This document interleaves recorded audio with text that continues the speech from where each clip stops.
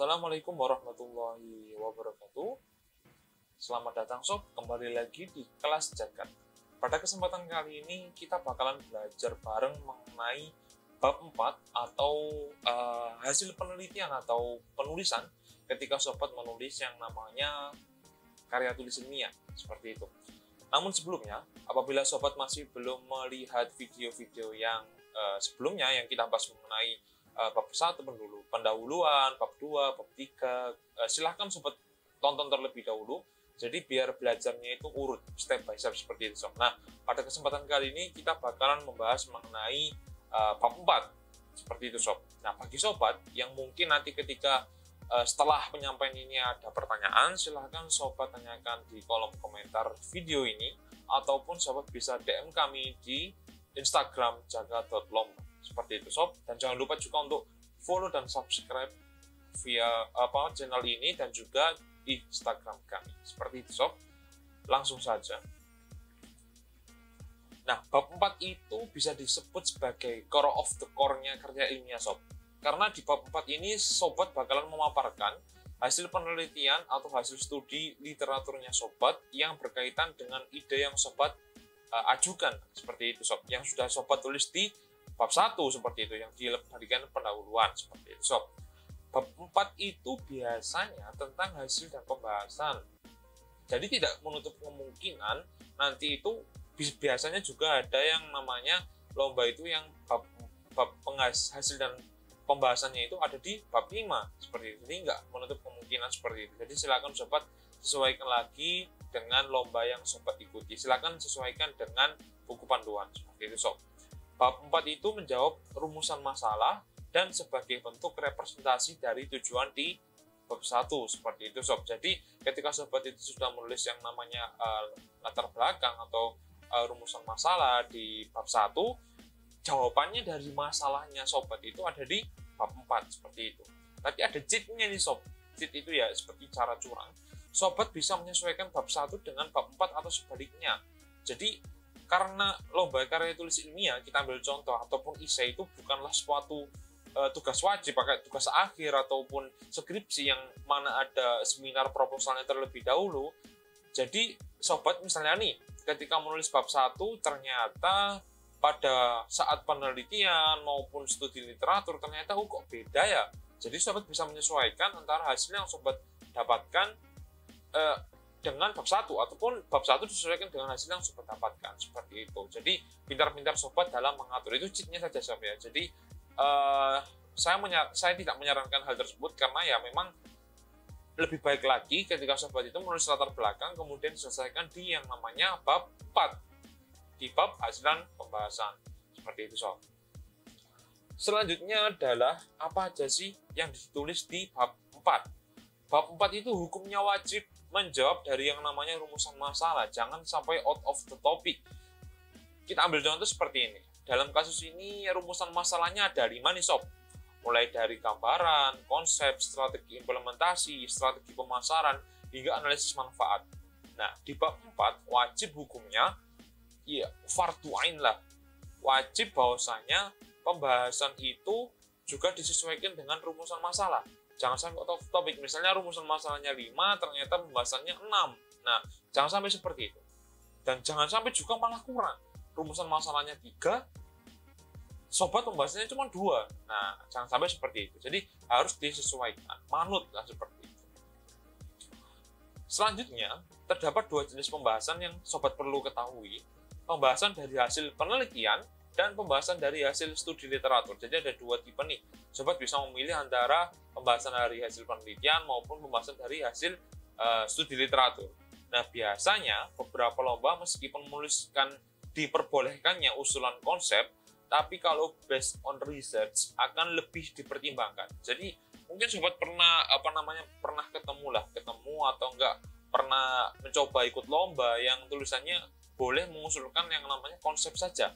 Tapi kalau bagi kami sendiri menyarankan bahwasanya lebih baik sudah ada hasilnya, itu bakalan lebih bagus. Tapi apakah hanya konsep tidak bisa menang? Oh, tentu saja bisa sob. Nanti kita bakalan bahas lagi di kelas Jagat yang berikutnya, seperti itu. Oke, Oke, seperti itu dulu. Nah, kemudian bedanya apa sih antara based on research dan based on literature review? Kita pertama bahas mengenai based on literature review dulu. Contohnya dalam kasus yang ini kami menggunakan based on literature review. Yang mana yang pertama itu ini ada beberapa tips yang bakalan mungkin sobat bisa terapkan. Yang pertama, utamakan yang namanya studi case. Yang kedua adalah jelaskan konsep ide kalian. Yang ketiga, strategi implementasi. Yang keempat, strategi mengenalkan. Kelima adalah analisis manfaat. Karena bisa dibilang suatu konsep itu harus dikemas dengan baik. Nah, kami menyarankan ada 5 unsur nih yang bisa sobat gunakan. Seperti yang saya sebutkan tadi. Nah, kalau idenya teman-teman atau sobat itu produk, bisa teman-teman atau sobat itu menambahi yang namanya visibilitas dari produk yang sobat usulkan. Karena bisa dibilang kan produk ini visibilnya seperti apa? Apakah dapat digunakan oleh masyarakat seperti itu? Apakah dapat digunakan dengan targetnya sobat sendiri? Atau dapat dijual dengan baik? Nah, itu yang namanya visible atau tidak. Jangan sampai ternyata ketika sobat mengusulkan suatu produk, suatu ide yang diwujudkan dalam produk, ternyata nggak visible atau nggak layak seperti itu. Kemudian kenapa sih kok harus study case? Jadi ya karena sobat itu biar nggak los-losan. Artinya sobat itu ketika menulis suatu literatur review ya asal nulis saja tanpa adanya survei. Oleh karena itu di sini kami menyarankan ketika sobat menggunakan literatur review, sobat perlu yang melakukan survei awal atau studi awal. Meskipun sobat itu yang namanya literatur review, tapi sobat perlu juga menyesuaikan kira-kira kondisinya di sana itu seperti apa. Jangan sampai ketika sobat itu ngambil literatur review tahun 2010, tahun 2021 itu sudah berubah kondisi lingkungan, kondisi sosial di sana. Seperti itu, sob. Nah, kenapa kok studi case lagi? Nah, ini yang kedua.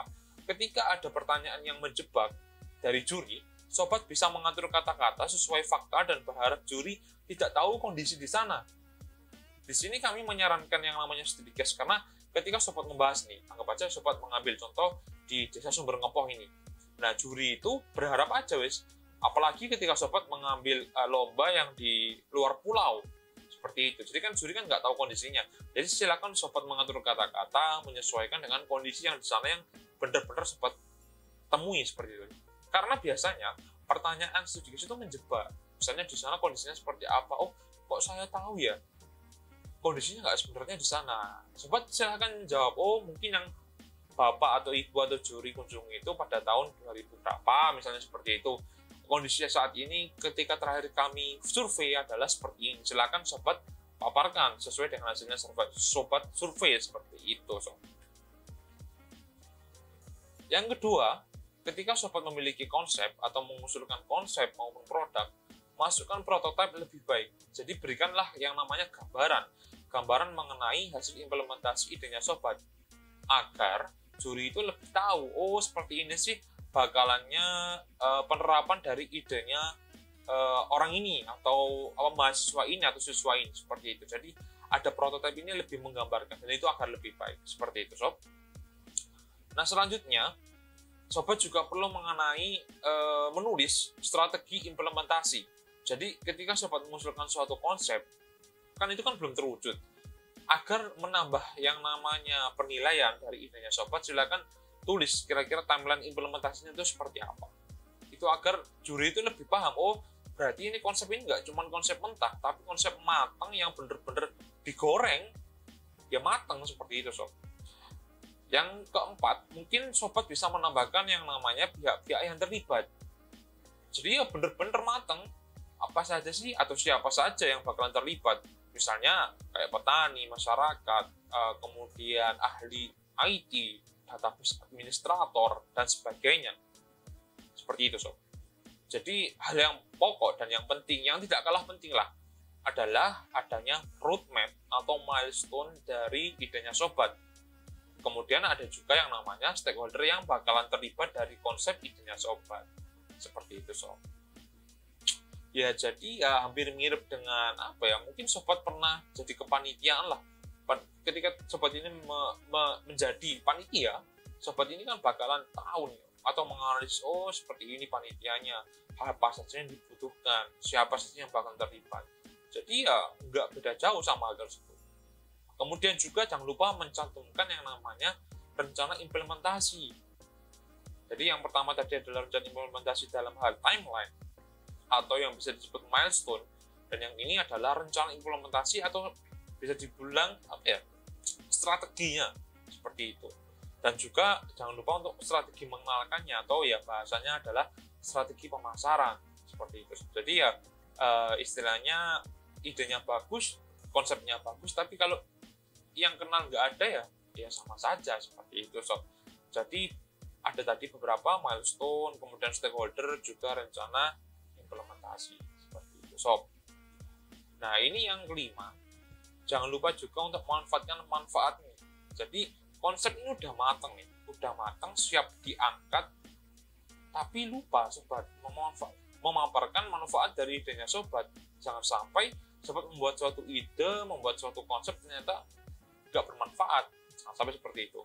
Biasanya manfaat itu ada 3, yakni sosial, ekonomi, dan lingkungan. Jangan lupa juga untuk menambahkan teori pendukung, biar yang sobat mention dalam manfaatnya sobat itu ada yang mendukungnya. Jadi nggak asal nyebut aja, oh ini meningkatkan perekonomian masyarakat, ini meningkatkan kelestarian lingkungan, tapi harus ada yang namanya literatur pendukungnya seperti itu. Dan ini ada catatan dari kami, bahkan lebih baik lagi jika konsep mendukung program pemerintah. Misalnya nih sobat mencari program pemerintah apa sih, misalnya dari Kementerian Lingkungan Hidup atau Kementerian Perekonomian, Kementerian Keuangan. Ternyata ini ada program yang mungkin belum terwujud, masih OTW terwujud, dan sekiranya cocok nih sama ideku atau ide yang mau saya usulkan, seperti itu sob. Jadi lebih baik lagi yang seperti itu sob. Mungkin sekian dulu terkait video ini. Nanti kita, karena biar nggak terlalu panjang, jadi kita bakalan membahas yang namanya pembahasan based on research seperti itu sob. Jadi sekian video pada kesempatan kali ini. Jangan lupa untuk subscribe channel ini, kemudian jangan lupa juga untuk tonton video-video sebelumnya, biar sobat istilahnya nggak langsung lompat-lompat, biar urut, dan juga biar sobat tahulah alur dari pembelajaran kelas Jagat ini. Sekian dari saya, terima kasih. Wassalamualaikum warahmatullahi wabarakatuh.